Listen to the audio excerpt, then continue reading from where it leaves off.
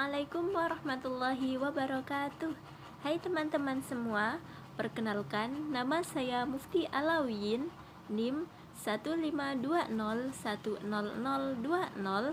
yang mana pada kesempatan kali ini saya akan membuat video untuk memenuhi tugas ujian akhir semester mata kuliah pengembangan kurikulum Program Studi Pendidikan Guru Madrasah Ibtidaiyah Fakultas Agama Islam Universitas Islam Lamongan. Pada video kali ini, saya akan menjawab 4 pertanyaan. Soal yang pertama, apa yang dimaksud dengan evaluasi kurikulum dan apa tujuan dari evaluasi kurikulum? Nah, untuk evaluasi kurikulum sendiri yaitu evaluasi kurikulum merupakan proses pengumpulan data yang valid atau reliable yang mana data tersebut akan digunakan untuk menilai atau menentukan atau juga menindaklanjuti tentang kurikulum yang saat itu sedang digunakan atau kurikulum tersebut telah selesai digunakan. Tujuan dari evaluasi kurikulum sendiri yakni yang pertama untuk mengetahui tingkat efektivitas dan efisiensi dari kurikulum tersebut. Yang kedua, mengetahui kelebihan dan kekurangan dari kurikulum tersebut. Yang ketiga, menentukan tingkat keberhasilan siswa pada saat menggunakan kurikulum tersebut. Yang keempat, untuk menentukan atau untuk memperbaiki program selanjutnya. Dan yang kelima, sebagai bentuk pertanggungjawaban kepada pihak atasan.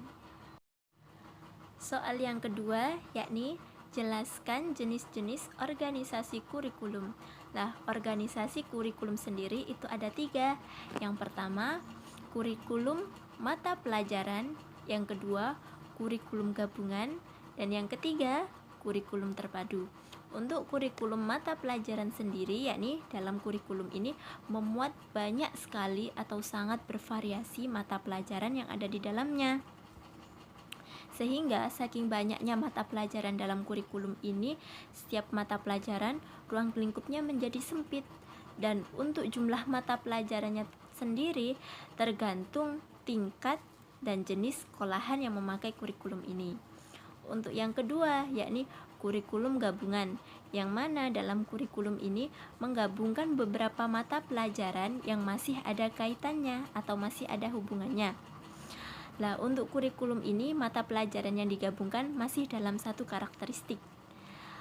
Untuk kurikulum yang ketiga yakni kurikulum terpadu, yang mana kurikulum ini semua mata pelajaran dipusatkan pada satu masalah atau unit tertentu. Kebulatan pembelajaran ini diharapkan agar bisa membentuk pribadi peserta didik yang sesuai dengan lingkungan sekitarnya. Soal yang ketiga yakni jelaskan pengertian, kelebihan serta kekurangan dari kurikulum terpadu. Nah, untuk pengertian kurikulum terpadu sendiri, sesuai dengan yang saya jawab pada pertanyaan sebelumnya tadi, kurikulum terpadu merupakan kurikulum yang mana di dalamnya yakni memadukan mata pelajaran yang dipusatkan pada suatu masalah. Hal ini bertujuan agar siswa dapat memperoleh keterampilan dan pengetahuan secara utuh sehingga pembelajaran akan lebih bermakna pada benak siswa. Untuk kelebihan dari kurikulum terpadu sendiri, yakni yang pertama, setiap kegiatan dan pengalaman belajar siswa akan selalu relevan dengan perkembangan siswa. Yang kedua, kegiatan-kegiatan yang dipilih dalam pelaksanaan pembelajaran akan selalu sesuai dengan kebutuhan siswa dan minat siswa. Yang ketiga, dalam pembelajaran ini, siswa akan lebih berperan aktif atau siswa akan menjadi pusat utamanya atau student center. Yang keempat, akan lebih bisa menumbuh kembangkan keterampilan kreativitas berpikir siswa. Dan yang terakhir, menyajikan kegiatan yang pragmatis atau sesuai dengan permasalahan yang ditemui siswa dalam kegiatan sehari-hari. Untuk kekurangan dari kurikulum terpadu ini yakni yang pertama, tidak banyak guru yang menguasai konsep tentang pembelajaran terpadu. Yang kedua, membutuhkan sarana prasarana yang banyak dan bervariasi, termasuk juga teknologi. Dan yang terakhir yakni untuk kriteria penilaian tidak hanya hasil yang dinilai, akan tetapi mulai dari awal belajar, proses belajar hingga hasil belajar semuanya akan dinilai atau lebih dikenal dengan penilaian komprehensif.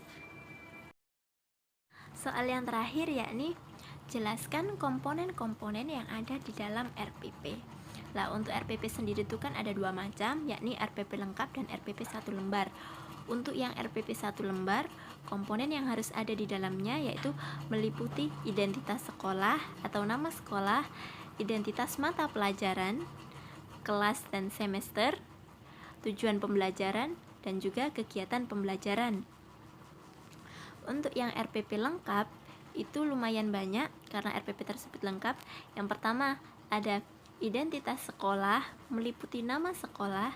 Yang kedua identitas mata pelajaran meliputi nama mata pelajaran, tema, subtema, pembelajaran. Dan yang ketiga kelas atau semester. Yang keempat materi pokok pembelajaran tersebut. Yang kelima alokasi waktu, yang mana waktu yang dibutuhkan peserta didik untuk mencapai dari pembelajaran pada saat itu. Yang keenam tujuan pembelajaran. Yang ketujuh kompetensi inti dari materi. Yang kedelapan indikator pencapaian atau KD. Yang kesembilan materi pembelajaran yang dilakukan pada hari itu. Yang kesepuluh metode pembelajaran. Yang kesebelas media pembelajaran. Yang ke-12 sumber-sumber pembelajaran. Yang ke-13 langkah-langkah atau strategi guru dalam melakukan pembelajaran pada saat itu. Dan yang terakhir yakni hasil dari belajar siswa atau penilaian dari belajar siswa. Sekian dari saya, kurang lebihnya mohon maaf. Wassalamualaikum warahmatullahi wabarakatuh.